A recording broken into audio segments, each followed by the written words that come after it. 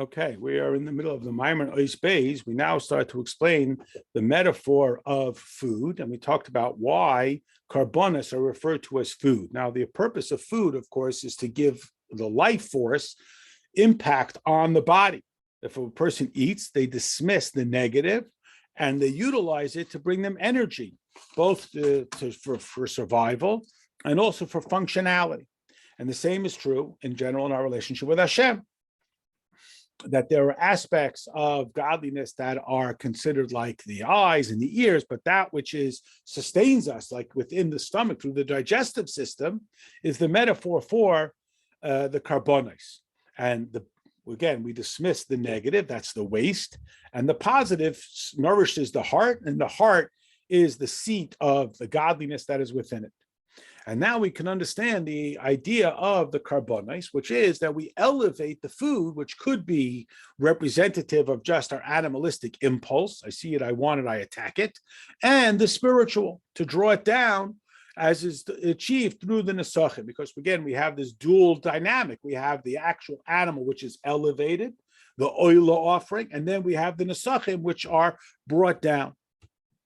And again, we went on to explain this idea about how the animal represents the elevation and the נסכים, the libations, represent bringing that into the material physical world. And the Mimer discusses that at some length. We then went on to describe how the נסכים represent the qualities of Chabad. The נסכים had three basic, the mincha and the נסכים had three basic ingredients. You have the oil, which is necessary, which is representative of chachma, which is the depth of godness that can be found in everything, even in a rock. You have the bina, which is represented by the wine, as wine brings understanding. And you have the grain, which is representative of das, like it says that a child doesn't know how to call out to his parents until he has some grain. So that changes him. So now we go back to our original formula, that the Gemara says, whoever reads Kriya Shema without tefillin, it's as if he brings the carbonis without a mincha, and it's as if he brings the carbonis zevach without the נסכים. Because we now understand that to elevate without bringing it down into the physical world is just to have the up without the down, without then it being expressed, so to speak, misses the whole point. That just like we had the waters that were separated on the second day of creation, the Alter Rebbe uses a mashal, that if you have wine and the wine has shmarim, it has sediment, so the wine and the sediment mix together. But when you start separating them, the wine becomes purer, the sediment becomes crasser. So too, when the waters were separated, you have the spiritual waters of godliness and you have the physical waters of simple indulgence.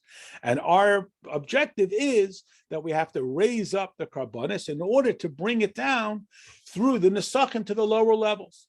And these are the different stages that we understand of the manner in which the נסכים are commensurate with the animal sacrifice. Depending on the animal, there's a different quantity of the נסכים. And for the shor, which is more directly representative of the penei shor, the face of the ox on the kisei hakavod in Ezekiel's vision, it had a greater quantity of נסכים because it elevated higher, could bring down lower. The other animals, which were not as directly representative of elevated godliness, had lower levels. That concluded that mimer. There's another mimer that begins on Daf Mem Beis Amud Beis that speaks about the story of the collector of sticks on Shabbos. So we start to talk about the idea of kedusha. And the statement that if a person is mekadesh himself a little bit, Hashem responds with a lot. So we said, well, what is this idea of kedusha? It's something different than nashras hashchina.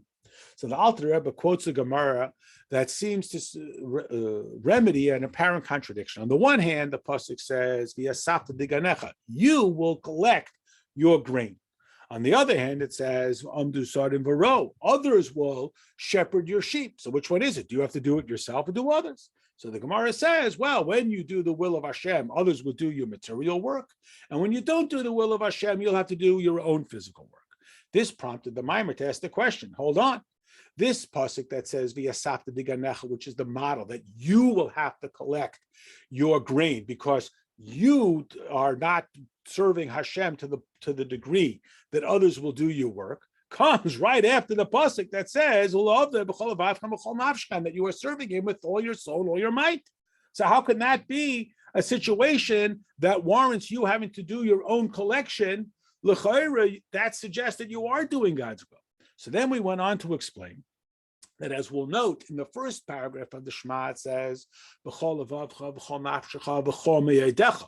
and in the second pasuk, in the second paragraph, it says, quote, only, it doesn't say, so we went on to explain, what is the difference between this? What is this unique level called?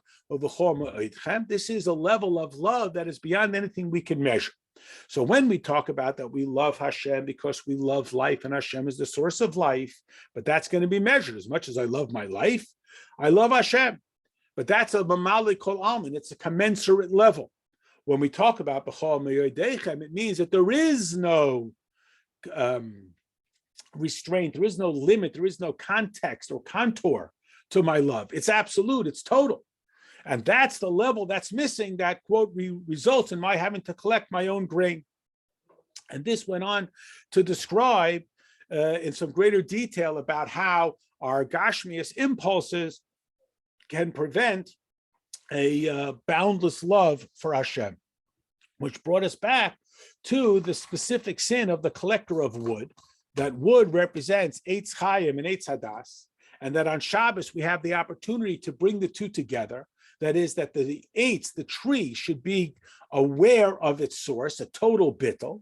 And when a person uproots a tree, that is, he separates the eitz from its source of life, which is the opportunity that is unique to Shabbos, where the tree can recognize its dependence, its total bittul. We can recognize and experience total bittul, and that is literally yanked away through the uprooting of this branch. So this is why he warranted the harsh penalty of execution, because he disrupted this special opportunity for total bittul.